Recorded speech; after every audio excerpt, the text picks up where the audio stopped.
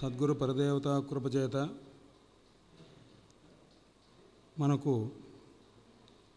పవిత్రమైన ఈ గురువాయూరు కృష్ణక్షేత్రంలో ఈసారి మాన్యులు బ్రహ్మశ్రీ మాగంటి సుబ్రహ్మణ్యం గారు ఏర్పాటు చేసిన 10వ భాగవత సప్తాహం ఇక్కడ జరుగుతున్నది. ఆ సందర్భంలో ప్రవచన చేసేటువంటి ఒక భాగ్యాన్ని పరమాత్మ వారి అంతఃకరణలో ప్రవేశించి నన్ను ఆదేశించడం, ఆ చెప్పేటువంటి ఒక అదృష్టం. అయితే మొదటి రోజున మాహాత్మ్యం చెప్పుకోవాలి. ఇదే రోజున మొదటి రోజు కథ కూడా కొంత జరగవలసినటువంటి పద్ధతిగా నిర్ణయించబడ్డది. భాగవత మాహాత్మ్యం 2 పురాణాల్లో ప్రసిద్ధంగా ఉంది. ఒకటి పద్మపురాణము, 2 కౌశిక సంహిత. అయితే ఈ గురువాయూరు క్షేత్రం పవిత్రమైన క్షేత్రం. ఒకప్పుడు శ్రీ మహావిష్ణువు దివ్యమైనటువంటి తన అర్చా విగ్రహాన్ని తన భక్తుడైన తన నాభికమలంలో నుంచి పుట్టినటువంటి బ్రహ్మదేవునికి అనుగ్రహించారు. బ్రహ్మదేవునికి అనుగ్రహిస్తే బ్రహ్మదేవుడు శ్రీకృష్ణ పరమాత్మను కుమారునిగా పొందే యోగ్యత కలిగిన సుతపుడు అనేటువంటి మహానుభావునకు ఇచ్చారు. సుతపుని యొక్క తర్వాత జన్మ కశ్యప జన్మ. ఆ కశ్యపునికి మరలా ఆ అర్చామూర్తిని అర్చించేటటువంటి అదృష్టం కలిగింది. కశ్యపుని తరువాత ద్వాపరయుగంలో వసుదేవునికి లభించింది. ఎందుకంటే ఈ సుతపుడు, కశ్యపుడు, వసుదేవుడు ముగ్గురు ఒకే స్వరూపం. సుతపుడుగా ఉన్నప్పుడు తపస్సు చేస్తే, శ్రీకృష్ణ పరమాత్మని గురించి తపస్సు చేస్తే, నీకేం కావాలి అంటే, మీరు కుమారుడుగా పుట్టాలి అని అంటే, మీ వంటి కుమారుడు కావాలంటే నా వంటి కుమారుడు ఎవరు లేరు కాబట్టి నేనే నీ ఎంత అనుగ్రహం కలిగి అనుగ్రహించి 3 సార్లు పుడతాను అని చెప్పి పరమాత్మ అనుగ్రహించారు. అందువల్ల సుతపుడుగా ఉన్నప్పుడు, కశ్యపుడుగా ఉన్నప్పుడు వామనమూర్తిగా, ఆ తర్వాత 3వది కృష్ణ పరమాత్మగా వసుదేవునకు దేవకీ కలిగి ఉన్నారు. అప్పుడు కూడా ఆ దేవతా విగ్రహాన్ని అర్చించే, విష్ణుమూర్తి యొక్క దివ్యమైన దేవతా విగ్రహాన్ని అర్చించే భాగ్యం వసుదేవునికి కలిగింది.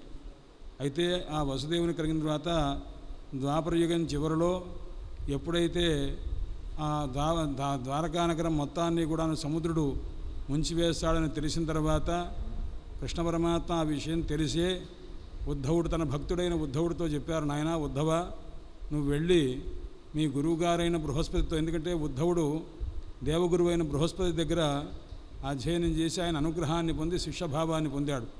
అందువల్ల పుత్రుడితో సమానంగా చూచారు బృహస్పతి ఉద్ధవుణ్ణి. ఆ కారణం చేత కృష్ణ పరమాత్మ తనకు భక్తుడైనటువంటి ఉద్ధవుణ్ణి బృహస్పతి దగ్గరికి వెళ్ళి ఆ అర్చామూర్తి ద్వారకానగరంలో ఉంది, దాన్ని సముచితమైన ఒక దివ్యక్షేత్రంలో ప్రతిష్ఠ చేయమని ఆదేశించారు. ఆదేశిస్తే ఆ అర్చామూర్తిని తీసుకొని బృహస్పతి ఏం చేస్తే బాగా ఉంటుందా, ఎక్కడ దీన్ని ప్రతిష్ఠించాలా అని ఆలోచిస్తూ ఉండగా అప్పుడు వాయుదేవుని సహాయంతో అంబాపురం అని చెప్పబడేటువంటి ఈ ప్రాంతంలోనే ఆ దివ్యమైనటువంటి ఆ కృష్ణ పరమాత్మ యొక్క అనూచానంగా శ్రీ మహావిష్ణువు బ్రహ్మదేవునికి అనుగ్రహించినటువంటి ఆ అర్చామూర్తిని ఇక్కడ ప్రతిష్ఠ చేశారు. కాబట్టి గురువు, దేవగురువు అయిన బృహస్పతి, వాయుదేవుడు ఇద్దరూ కూడా కలిసి ప్రతిష్ఠించినటువంటి కారణం చేత గురువాయుపురం అని, ఇది గురువాయూరని ఈ కృష్ణక్షేత్రం. ఈ కృష్ణక్షేత్రంలో నారాయణీయమని ఒక ప్రసిద్ధమైనటువంటి ఒక గ్రంథం మహానుభావుడు భట్టత్రి నారాయణ అని ఒక మహాపండితుడు, ఆయన ఆశువుగా చెప్పినటువంటి 1000 శ్లోకముల పైబడి గ్రంథం. ఇది మొత్తం శ్రీమద్భాగవతం అంతా కూడా సంక్షేప రూపంగా రాసినటువంటి గ్రంథం ఇది. ఆయనకి సమస్తమైనటువంటి విద్యలు వచ్చు. వ్యాకరణంలో మహానిష్ణాతుడు. అపాణనీయమైనటువంటి వ్యాకరణాన్ని కూడా ప్రామాణికంగా ఎలా తీసుకోవచ్చో ప్రక్రియా సర్వస్వమని ఇలాంటివి అనేక గ్రంథాలు రాశారు. ఇదే కాకుండా కృష్ణ పరమాత్మ మీద రాసిన ఈ నారాయణీయం అనేది ఆయనకి ఒక అసాధారణమైన ఒక పెద్ద అనారోగ్యం కలిగింది. ఆ అనారోగ్యం తీర్చడానికి ఏ వైద్యము సరిపోలేదు. ఏ వైద్యము లేకపోయేసరి ఇది కృష్ణ పరమాత్మ కృష్ణరసాయనం అనేటువంటిది తప్ప ఆ భక్తి రసాయనం తప్ప ఇంకేదీ నన్ను నివారించలేదు అని చెప్పి అనుకొని అప్పుడు కృష్ణ పరమాత్మను ఉద్దేశించి దశమ భాగవతం యొక్క సంక్షేప రూపంగా మొత్తం దివ్యమైనటువంటి శ్లోకాలని రాశారు. ఆ రాసినటువంటి ఆ నారాయణీయం ఇక్కడ ఆవిర్భవించింది. అది చదువుకొని ఇప్పటికీ కూడా అనేక మంది ఇక్కడ పారాయణలు చేయించుకుంటుంటారు. చేయలేని వాళ్ళు అనేక విధములైనటువంటి అనారోగ్యాలన్నీ కూడా అప్రతీకార్యములైన అంటే నివారించడకు శక్యము కానటువంటి రోగాలు కూడా పోగొట్టుకొని కృతార్థులైనటువంటి మహనీయమైనటువంటి ఫలాన్ని పొందినటువంటి వాళ్ళు ఉన్నారు. అలాంటి సంక్షిప్త భాగవతం ఇక్కడ ఆవిర్భూతమైంది.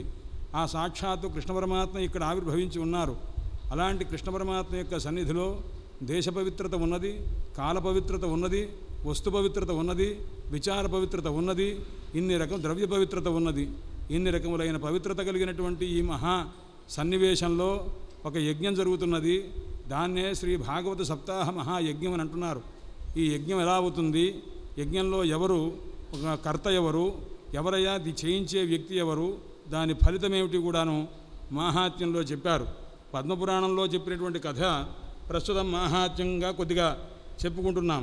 ఒకప్పుడు నైమిషారణ్యంలో సూతుల వారు ఆయన కూర్చొని ఉండగా ఆయన దగ్గరికి వచ్చారు. ఆయన ఎవరయ్యా సూతుల వారు అన్నారు. మహామతి అంటారు. మహామతి అంటే గొప్ప బుద్ధిశాలి అని అంటారు. కాదు, మహా అంటే కృష్ణ పరమాత్మ యందు ఆ నిండుగా మతి బుద్ధి ఎవరికైతే ఉందో అట్టి వారిని మహామతి అని అన్నారు.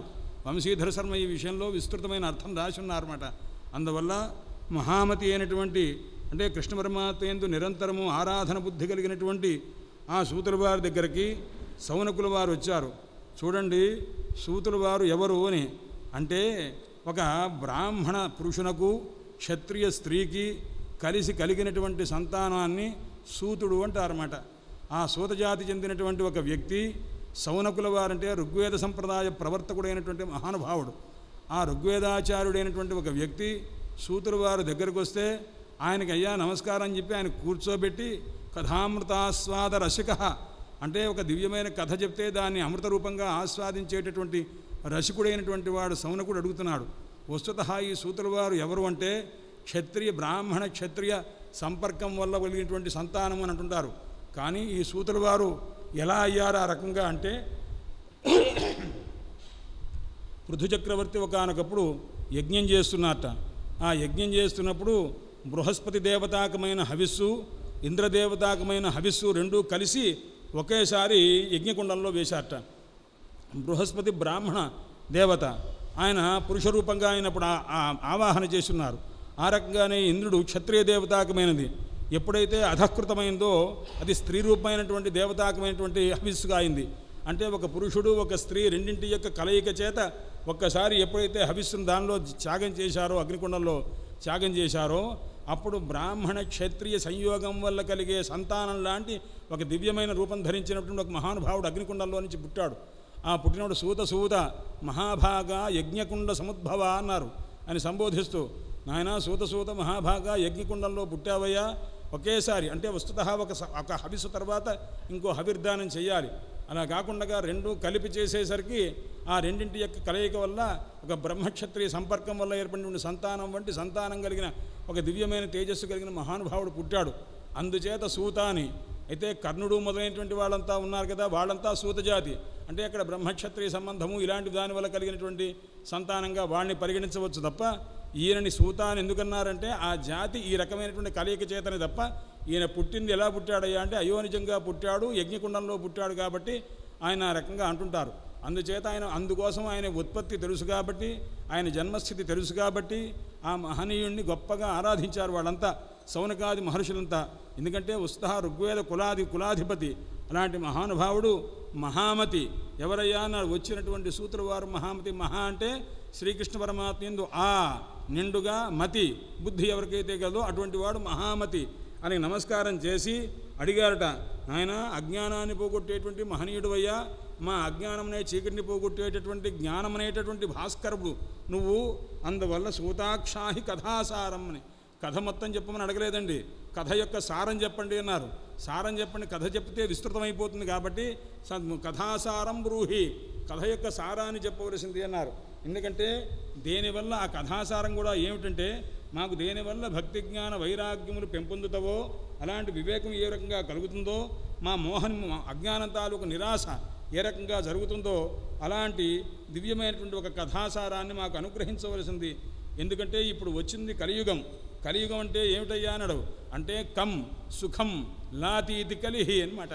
అంటే మనకు ఎక్కువగా సుఖం ఇచ్చేటటువంటి కాలం అండి ఇది.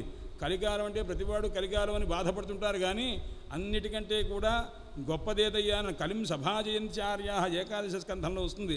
ఋషులంతా ఏ యుగం కావాలని కోరుకుంటారు, మనమంతా కృతయుగంలో లాగా ఉండాలి, త్రేతాయుగం రావాలని అనుకుంటుంటాం. అక్కడ ఉండే కథలు, అక్కడ ఉండే డబ్బు విషయం చూచి.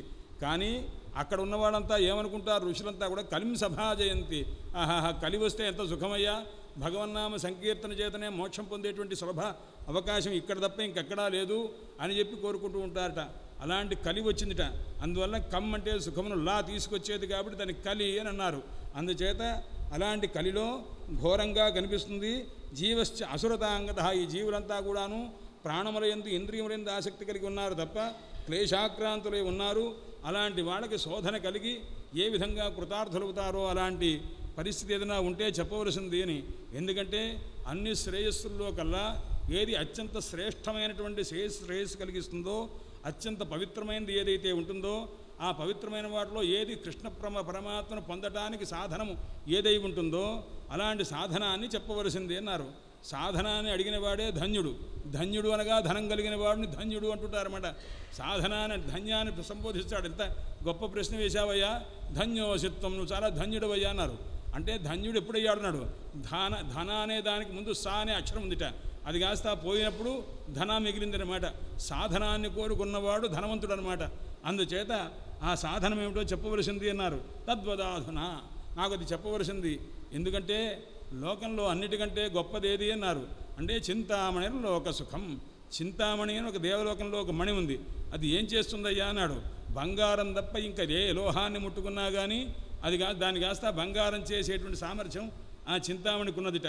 అది దాని శక్తి. సురదృ స్వర్గ సంపదం, కల్పవృక్షానికి ఒక శక్తి ఉన్నదిట. అది ఏమిటి, స్వర్గాది లోకాలు ఏదైనా ఇవ్వగలిగే సామర్థ్యం దానికి ఉన్నది. అయితే గురువు ఏం చేస్తాడయ్యా అన్నాడు.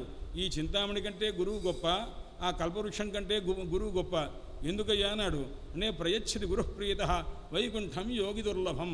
నాయన సూత మహర్షే, నువ్వు గురువు, మాకు నువ్వేం చేస్తావు, మనల్ని అనుగ్రహించినట్లయితే యోగులకు కూడా పొందడానికి శక్యం కానటువంటి వైకుంఠ లోకాన్ని మాకు పొందింపజేసేటువంటి సామర్థ్యం కలవాడివి. కాబట్టి అనుగ్రహించవలసింది మాకు కృష్ణప్రాప్తికరమైనటువంటి ఏదైనా సాధనం ఉంటే చెప్పవలసింది అని అడిగారు. ఆ అడిగేసరికి సూతుల వారు సమాధానం చెప్పారు. నాయన చెప్తున్నానని చెప్పి, నాయన నువ్వు అడిగినటువంటి ప్రశ్న చాలా మంచిది. అది ఎలాంటి ప్రశ్న అన్నాడు అంటే సర్వలోక హితాన్ని కోరేటటువంటి ప్రశ్న అడిగారు. భక్తిని కలిగింపజేసేటటువంటిది, కృష్ణ పరమాత్మకు సంతోషాన్ని కలిగించేటువంటిది. అది నీకు నేను చెప్తున్నాను. సావధానతయా శృణు, సావధానంగా వినవలసింది అన్నాడు. అవధానము అంటే జాగరూకతగా ఉండుట అని. అంటే వేరొక మనస్సునందు వేరొక ఆలోచన లేకుండా చేయటమే అవధానము. ఆ అవధానంతో కూడి ఉండటం సావధానం. సావధానంగా నేను చెప్పిన మాట వినవలసింది అని అన్నారు. అంటే అప్పుడు చెప్తున్నారు, నాయన ఈ లోకంలో ఒక సర్పం ఉన్నది, ఒక అజగరము, అది మింగివేస్తున్నది. దాని పేరు మృత్యువు అంటారు. మృత్యువు అనే ఒక సర్పం ఉన్నది. కాల వ్యాల ముఖగ్రాస త్రాస నిర్నాశ హేతవే. కాలం అంటే మృత్యువు. మృత్యువు అనేటువంటి ఒక వ్యాళము, అంటే విస్తృతమైనటువంటి ముఖాన్ని చాచి మింగటానికి సిద్ధంగా ఉండేటటువంటి ఒక మృత్యువు అన్నమాట. ఆ మృత్యువు అనేటువంటి ఒక సర్పము దాని కాస్త ఏం చేస్తున్నది అన్నాడు. భయం చేత దాన్ని మింగేద్దాం, మనల్ని మింగేయడానికి ప్రయత్నం చేస్తున్నది. దాని భయం నుంచి సర్పభయం ఏ రకంగా పోతుందయ్యా అన్నాడు. సర్పం తాలూకు విరుగుడు మంత్రం ఉందన్నమాట. ఆ మంత్రం చేత సర్పం తాలూకు కాటు వేసినా, అది మింగడానికి ప్రయత్నించినా సర్పమంత్రం ఉన్నవాని వద్దకు రాదు. పరమపూజ్యులు ఆ శంకర భగవత్పాదుల వారి యొక్క సంప్రదాయంలో ఉన్నటువంటి చంద్రశేఖర భారతీ స్వామి వారు శృంగేరి జగద్గురు పీఠాధిపతుల పూర్వంలో ఉన్నటువంటి వారు, వారికి సర్పమంత్రం ఉండేది. ఆ సర్పమంత్రం ఒకప్పుడు నరసయ్య గారిని ఒక ఆయనకి ఇస్తే ఆయన పరంపరలో వచ్చింది. ఎప్పుడైనా సరే ఎవరైనా పాములతోటి ఆడుకునేటువంటి వాడు, గారడీ చేసేవాళ్ళ దగ్గరికి నరసయ్య గారి శిష్యులు కానీ ఎవరన్నా వెడితే ఆ పాములు కదిలేవి కాదనమాట. ఎందుకు కదిలేవి కాదు అంటే ఆ సర్పమంత్రం ఉన్నటువంటి వానికి ఏ రకమైనటువంటి సర్పం ఉన్నా కానీ అది కాస్త తలకాయ వంచి ఉంటుంది తప్ప పొరపాటున తల ఎత్తే పరిస్థితి ఉండదు. అలాంటి వాళ్ళ పరిచయం కలిగిన వాడు కూడా లేదని కూడా ఒక సంప్రదాయం ఉన్నది.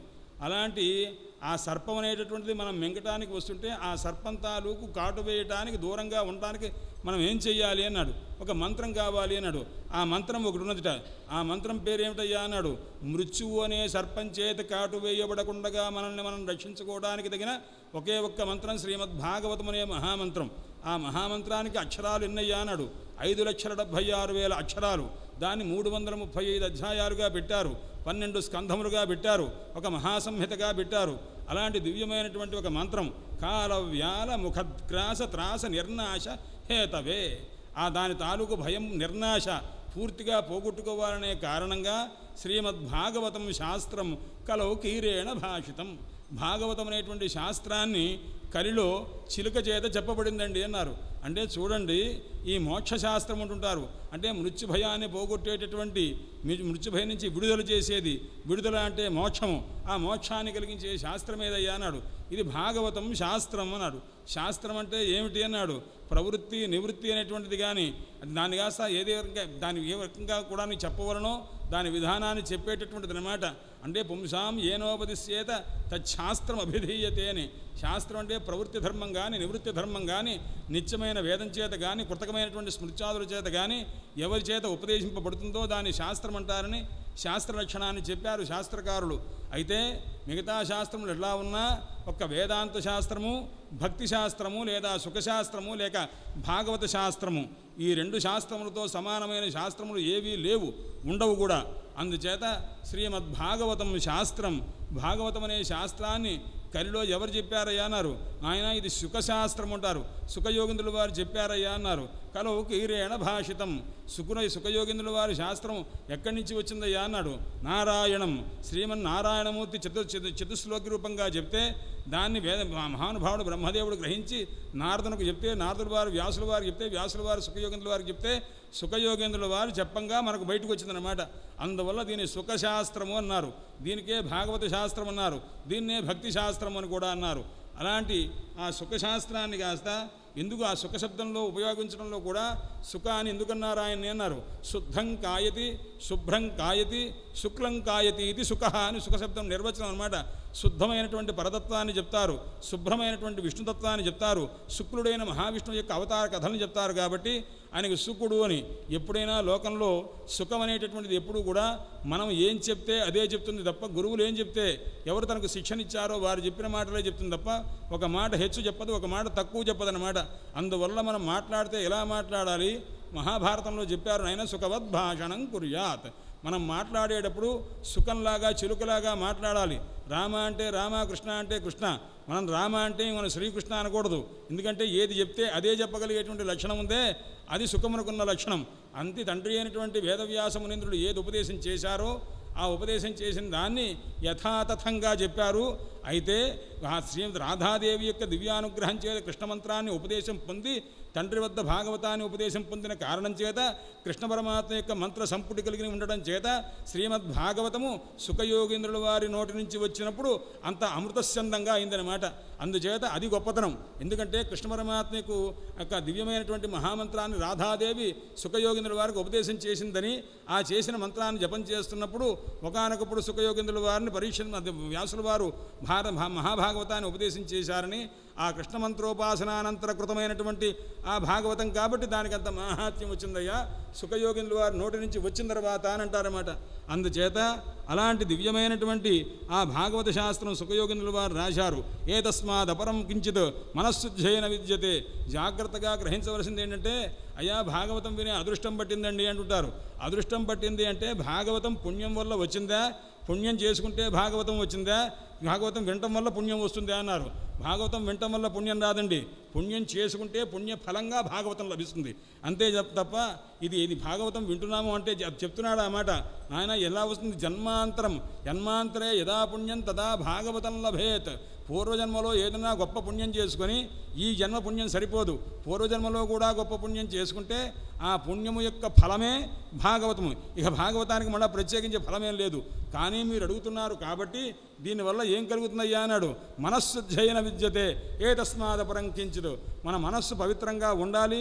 ఇక్కడ కూర్చొని పరమాత్మ కూర్చోవాలి అంటే ముందు మనస్శుద్ధికి ప్రయత్నం చేయాలి. మనస్శుద్ధి ప్రయత్నం చేయాలంటే ముందు ఒకసారి భాగవతం విను. భాగవతం వింటే మనశ్శుద్ధి కలుగుతుంది. మనశ్శుద్ధి కలిగిన తర్వాత భక్తి యందు ఆసక్తి కలుగుతుంది. అప్పుడు భక్తిని పొందుతావు. భక్తి పొందిన తర్వాత మళ్ళీ ఒకసారి భాగవతం విను. భక్తిని పొందటానికి ముందు మనశ్శుద్ధి కావాలి. అందుకోసం ముందు భాగవతం విను. మనశ్శుద్ధి కలిగిన తర్వాత భక్తి కలుగుతుంది. ఆ తర్వాత భాగవతం విను, అది స్థిరమవుతుంది అని చెప్పినారన్నమాట. అందుచేత జన్మాంతరే యదా పుణ్యం తదా భాగవతం లభేత్ అన్నారు. ఇలా ఉంటుంటే ఆ కథ యొక్క సుధను ఆస్వాదించాలని అంతకుముందు చాలామంది ప్రయత్నించారట. పరీక్షన్ మహారాజుకు సుఖయోగేంద్రుడి వారు కథ చెప్తూ ఉంటే ఒకానొకప్పుడు దేవతలంతా కూడా వచ్చి, అయ్యా ఈ అమృత కలశాన్ని దేవలోకంలో నుంచి తెచ్చాము, ఈ కలశాన్ని మీరు తీసుకోండి, ఆ అమృత కలశాన్ని మేము మీకు ఇస్తాము, కానీ మీరు మాకు ఆ భాగవతాన్ని మాకు అనుగ్రహించవలసింది అని అడిగారట. అంటే అప్పుడు అన్నారట, క్వ సుధా క కథ క్వ కథ అనమాట. అయ్యా కథ ఎక్కడ, సుధ ఎక్కడ? కాబట్టి సుధము ఏమాత్రం కూడాను సరి అయింది కానే కాదు, కథతో భాగవత కథతో సమానమైంది వేరే లేదు. ఎందుకంటే క్వ కాచ క్వ మణిర్మహా అన్నాడు ఆయన. గాజు బంక్ ఎక్కువ ఎక్కడ, అలాగే దివ్యమైనటువంటి కథ ఎక్కడ? ఆ కథతో సమానమైంది లేనే లేదయ్యా అని చెప్పి శ్రీమద్భాగవతి వార్త, భాగవత వార్త ఎక్కడ చాలా దుర్లభమైనటువంటి విషయమయ్యా. సురాణామపి దుర్లభ, దేవతలకు కూడా చాలా కష్టమైనటువంటి పొందడానికి అవకాశం లేనిది అలాంటి దివ్యమైనటువంటిదయ్యా భాగవతము. ఎందుకంటే పరీక్షన్ మహారాజుకు మోక్షం ఇవ్వటం చూచారు. అమృతాన్ని తీసుకోలేదు. మా ఋషులంతా కూడా ఏం తీసుకున్నారయ్యా? భాగవత కథ. ఆ కథను విన్నాడు పరీక్షన్ మహారాజు సప్తాహయజ్ఞ రూపంగా విని, అది తర్వాత ఆయన మోక్షాన్ని పొందుతుంటే అందరూ ఆశ్చర్యపడ్డారు. ఎంతమంది ఆశ్చర్యపడ్డా? బ్రహ్మదేవుడు కూడా ఆశ్చర్యపడ్డాట. అదేమిటయ్యా, కథను విన్నంత మాత్రం చేత మోక్షం వస్తుందా అని ఒక్కసారి ఆలోచించి ధాతాపి విస్మిత, బ్రహ్మదేవుడు ఆశ్చర్యపడ్డాడు. ఆశ్చర్యపడి ఒక తొలదూచాట. సమస్తమైనటువంటి పుణ్యములు ఒక పక్క, భాగవత శ్రవణ ఫలం ఒక పక్క చూచేసరికి ఈ సమస్తమైనటువంటి కర్మలు యజ్ఞయాగాది క్రతువులు చేసినటువంటి పుణ్యఫలం అంతా కూడాను వెంటనే బలహీనమైవి లఘూన్యన్యాని జాతాని, అన్నీ తేలికైపోయినవిట. అన్నిటికంటే గొప్పదేదయ్యా అన్నారు. అంటే అన్నిటికంటే సమానమైన గొప్పదైనటువంటి శ్రీమద్భాగవతమేనయ్యా. సత్యలోకే తులాంబద్ధ్వ, తులను చూస్తే అతోలయత్ సాధనాన్యజ, అన్నీ చాలా తేలికైపోయినవి. అన్నిటికంటే గొప్పదేదయ్యా అనంటే లఘూన్యన్యాని జాతాని గౌరవేణ ఇదం మహతు, అన్నీ తేలికైపోయినవి. ఒక్క భాగవతం ఉందే దాని తాలూకు పుణ్యమే గొప్పదైన ఉందన్నమాట. అందువల్ల ఇది ఎలాంటిదయ్యా శ్రీమద్భాగవతం అంటే మేనిరే భగవద్రూపం శాస్త్రం అని. అంటే సాక్షాత్తు భగవత్ స్వరూపమేనయ్యా భాగవతం అంటే. శ్రీకృష్ణ పరమాత్మ యొక్క దివ్య స్వరూపమే అది. శాస్త్రం భాగవతం కలవు అని. కలిలో భాగవతం లాంటి శాస్త్రం లేనే లేదు. అది సాక్షాత్తు కృష్ణ పరమాత్మ స్వరూపమే తప్ప ఇంకొకటి లేనే లేదు. దీన్ని విన్నంత మాత్రం చేతనే ఈ సమస్తమైనటువంటి దోషములన్నీ పోయి భక్తి కలిగి భగవంతుని యొక్క సాయుధ్యాన్ని పొందేటువంటి మార్గము ఇది. సప్తాహ విధానంగా విన్నట్లయితే నారదాయ దయాపరై, ఇది ఎవరు విన్నారయ్యా అన్నారు? సనకాదుల చేత చెప్పబడిందిట. మొదట ఎవరు చెప్పారు? సనక సనందన సనత్కుమార సనత్సుజాతులు. ఈ నలుగురి పేర్లలో ఉండేది ఒక శబ్దం. మొదటి 2 అక్షరాలు గుర్తుపెట్టుకోండి. సనక, సనందన, సనత్కుమార, సనత్సుజాత. ఈ 4 పేర్లలో మొదటి 2 అక్షరాలు సన అని ఉంటుంది. అంటే అర్థం ఏమిటంటే జ్ఞానదానము చేయునట్టి వారిని సన అనే శబ్దంచే ఉపయోగిస్తారు. షణుదానే అని సంస్కృతంలో ధాతువు. అందుచేత అలాంటి జ్ఞానదానం చేసే మహనీయులైనటువంటి నలుగురు, ఆ నలుగురు బ్రహ్మదేవుని యొక్క మనస్సు వల్ల పుట్టినటువంటి వారు మానసపుత్రులు. అయితే ఇంత లోపల ఈ నలుగురు ఏం చేశారయ్యా? నారదుల వారికి భాగవతం ఉపదేశం చేశారయ్యా అన్నారు. మరి ఈ నారదుల వారెవరు? ఆయన బ్రహ్మ యొక్క కుమారుడే. అయితే బ్రహ్మ యొక్క ఉత్సంగా నారదో యజ్ఞే అని, అంటే బ్రహ్మదేవుని యొక్క ఒడి భాగంలో నుంచి నారదుల వారు పుట్టారు.